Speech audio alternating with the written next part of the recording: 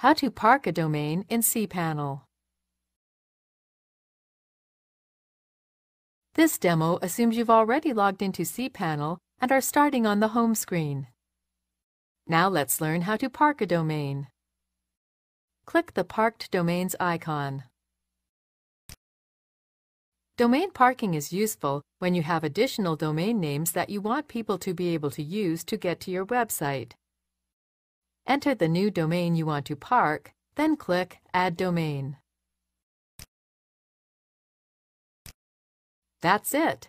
Now, when someone browses to mybiz123.info, they'll automatically be redirected to mybiz1234.com.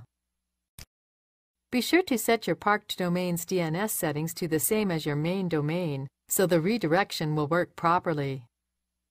This is the end of the tutorial. You now know how to park another domain name on your account from cPanel.